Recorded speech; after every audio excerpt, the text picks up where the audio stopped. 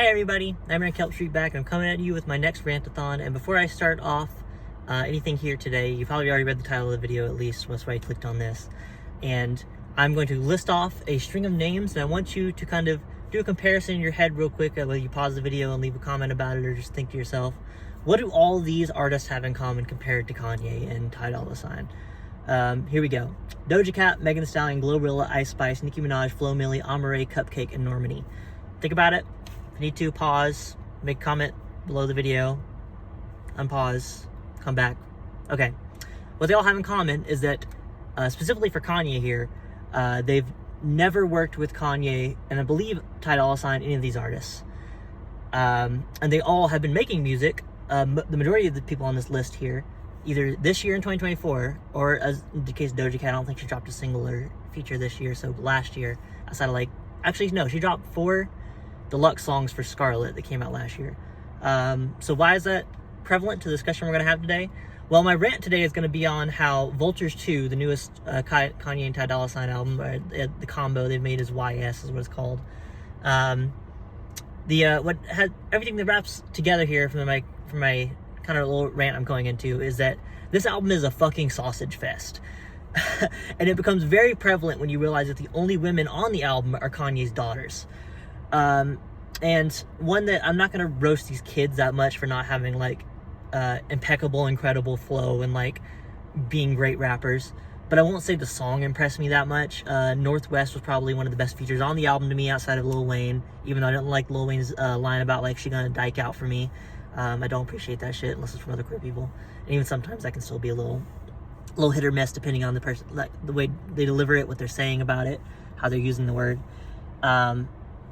But I was kind of doing my research to this video and thinking about when's the last full album I liked by Kanye.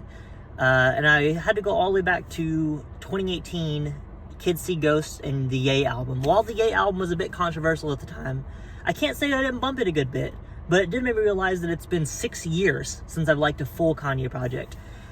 And I used to be a huge Kanye fan growing up. One thing that got me really into delving into music as big as I did growing up was I owned My Beautiful Dark Twisted Fantasy and Pimp Butterfly in physical copies in high school when I was, I think digital copy first, then physical copy a few years down the line. But I owned a copy of My Beautiful Dark Twisted Fantasy and Pimp Butterfly, and those are 2 albums that really kind of shaped my music taste going on to later high school, college, up till now, I would say. I still think some of the beats on Vultures 2 are good, but I can't help but feel like he's wasting his breath with the things he says. At least Vultures 2 was better than Vultures 1, because Vultures 1 was just super anti-Semitic and very blatantly hostile to the listener. And this one still does get to those points at times. He'll say things directly in the album you don't give a fuck about Kanye, you should go listen to Drake, go listen to Future, go listen to Young Thug, or shit like that. Actively during the album being you should go listen to something else, you don't care about me. And through the comments I saw on my last video saying for the Eminem album, I gave it too harsh for criticism for not hearing the whole album because I skipped certain songs or skipped bits of songs. I did hear the entirety of this album, and I can't say it impressed me any more than if I would have skipped through some of this shit. And there are people out here who are it's just not for you, why listen to it? And I'm well, for somebody who I grew up on very heavily and really love his production style, still to this day I think about songs like Industry Baby with Lil Nas X and Jack Harlow and how Kanye produced the beat for that song for Lil Nas X and Jack Harlow. The more I feel as I get older that he should just not stop rapping and just produce for other people, because the beats on here are good, and whenever Ty Dolla $ign or a feature comes in, they really show me what they can do with the beat compared to him. It feels like every time he jumps on the beats with his verses now, he just can't help himself but say shit like husband and lifestyle, where he's all you need is a husband, all you need is someone to rub and touch you, all you need to make your life better is a husband. And it's obviously talking about Kim and how he still misses Kim, and says this a few times in the album, I'll still never forget you, I still love you. Never says her name directly on this album, at least, unlike Donda or Donda 2, but does mention multiple things that are very targeted, being you know where they're at in Beverly Hills, I don't want to go back. It's very jaded messaging about being I want you back, but I don't want the lifestyle you have. And I feel like that's something even to this day that he struggles with outside of the music, is being in the public and being a public perceived person. And recently, I kind of had a bit of a brief talk with somebody about how the Kardashians aren't real people. At least people could kind of consider them that way. And to my credit, I'm like online. I'm like, I address that any public figure is a person, but the way the media portrays certain people portrays them in a way where they're just an object or a thing to be fawned at. And I can't say that over the years I can't see that like Kanye, all of the Kardashian family, Ty Dolla $ign, even multiple ones of the artists come up on this album aren't just portrayed as like an image or a thing rather than like an actual person. So on the very smallest minute amount, I can kind of give empathy to that side. But for the rest of this album, I just got bored. I'd be like, the beats are okay, but the peak of the album was for me when Kanye shut up and let other people take the helm. And I would say I'll probably play it around the background of this if I make a short out of it or not. But my favorite songs of this album, or at least favorite parts of this album, would be Slide, Time Moving Slow, the first two songs. Had a big gap of things I even cared about, or aside of like maybe doing a slight bitching about on here. The very first half of 530, even though the ending ends out, was like, this one's for Trump, which I can do without that shit. And Sky City, I like Sky City. But that's 4 out of 16 songs, and this kind of gives me to my realm of like, it's just tiresome at this point to go through a Kanye album, and I'm like, I haven't liked any of these on my Spotify page because I'm like, I doubt I'll ever listen to this project again, even some of these songs outside of the context of this album. I know a lot of people off of Vultures 1 really were rocking with Ride the Dick Like a Carnival, I Just Did the Impossible, which I have to agree that was the best beat and chorus out of the rest of that whole album. But I can't unattach that album with the very hateful and anti-Semitic Jewish rhetoric that he says in this album. And the multiple times where he, by the end, like King, where he's like, I'm problematic, I'm the king, nobody can fuck with me, you know? He used to be humble, and there's a lot of these albums, especially from Ye and Jesus is King onwards, where I would even say, going all the way back to like Yeezus onwards, that the humbleness has really dropped. You think about projects like his first 2 albums, like The College Dropout and Late Registration, and he's like, I'm riding on this plane, I'm kind of dealing with these issues everybody else deals with. We're like sitting in economy seat. I wish I was more handsome. I wish I was more famous, but I wish I could be open to more people, but I'm not, and I recognize that I'm not. And I just feel like a lot of artists, when the bigger they get, the humbleness just kind of seeps from them, and they just become a worse person for it.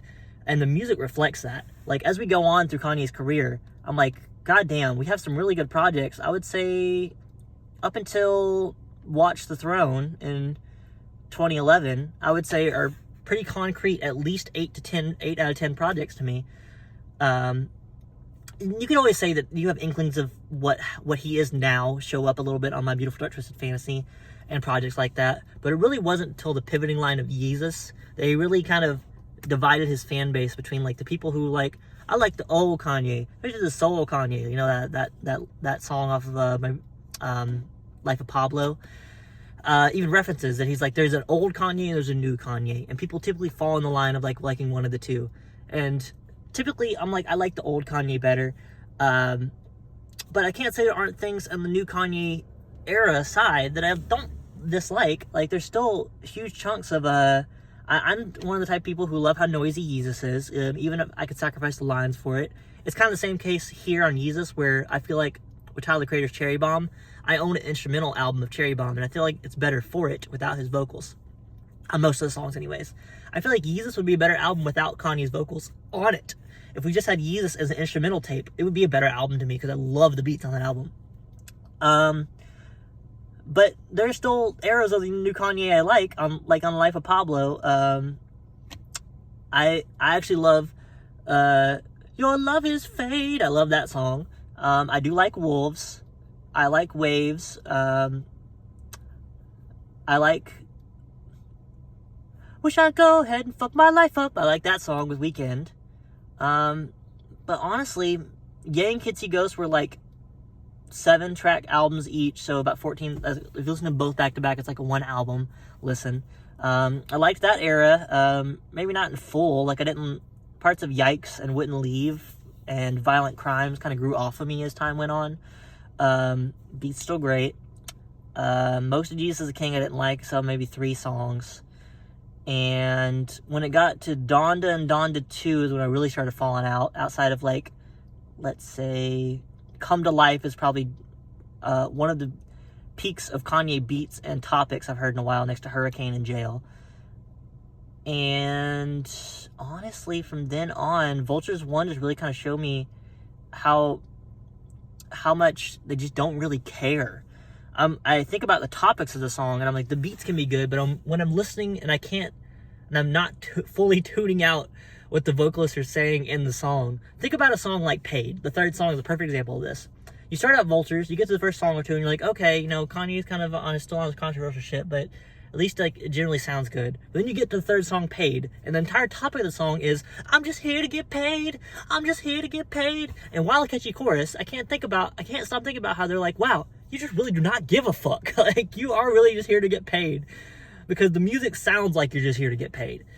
And that's kind of where I'm going to leave my rant for today. This isn't going to be a super long one like the Eminem one, because I'm not going to go by it track by track, because I don't fucking care enough to.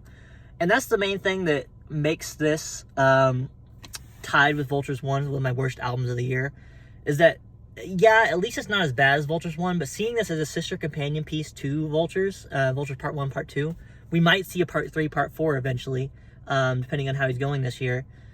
And if it's anything like Donda, we might just get 2 and then move on to the next era.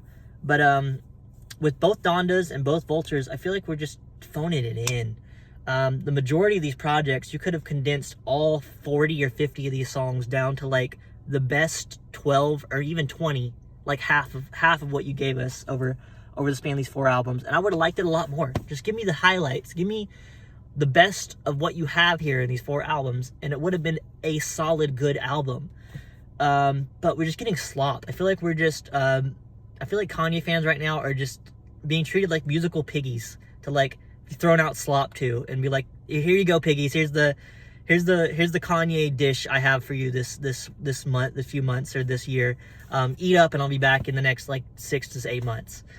So that's currently how I feel about these newest Kanye projects. I wanted to make this longer video on the main channel because when I have a good rant, I'll pop it off for you. These are gonna be some of the videos that aren't scripted, so they won't have, like, they won't have the subtitles to them like on my other videos I'm currently working on. From the Brat Charlie review onwards, those are all gonna have subtitles to kind of help with viewer understanding and retention, things like that, because I like being as inclusive as I can for these videos. People can understand the topics of the videos. I might eventually get somebody to go through these older videos I have on the channel that I end up posting, and then listen to them and document them, transcribe them is the word, transcribe them for the channel. But yeah, it transitioned over to the newest Peggy album, which I'm in love with. Kind of had the short review on that on the channel, and this newest Denzel Curry song. These 2 and the newest Kevin Abstract singles have been dropping for his mixtape Glue.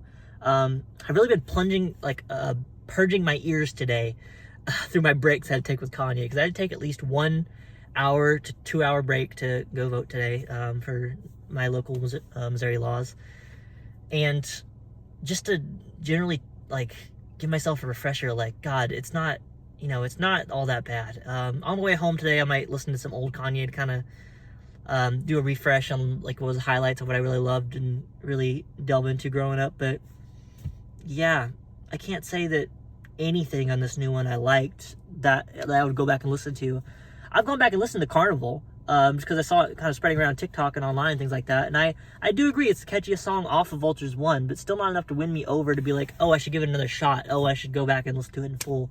I think I listened to it maybe twice. I listened to this one once, and given how I felt about the first one, I doubt if this is going to grow on me too. So let me know how you felt about this album. I know it just came out August 3rd. I'm recording this and uploading this August 6th. So let me know how you feel. If you already heard it, what you think about it. If you're like, I hate Kanye, I've never listened to this, I respect that decision. Remember to like, comment, subscribe. I'll be back with more soon, probably within the next 2 or 3 weeks. I'll have the Charlie XCX video uploaded and ready to pump out on the channel for you. Otherwise, I'll see you soon. Let me know what you thought about it. Let me know what you think about Kanye in general. Ty Dolla, I guess I didn't talk about Ty Dolla Sign a lot in this video, but I gotta say, he's pretty unremarkable in most projects I've heard by him. I've heard one full album by him and was just never really interested to finish another one again. So when I heard him team up with Kanye for both these two, I'm like, you know, it works. His voice is just like very background listening to me. Even in features I hear him in, I'm like, oh, you know, depending on what song he's on, he can add or just blend in very fast to the beat. So that's kind of my only comment on Ty Dolla Sign. Yeah, let me know what you think, and I'll be back with you soon. Bye.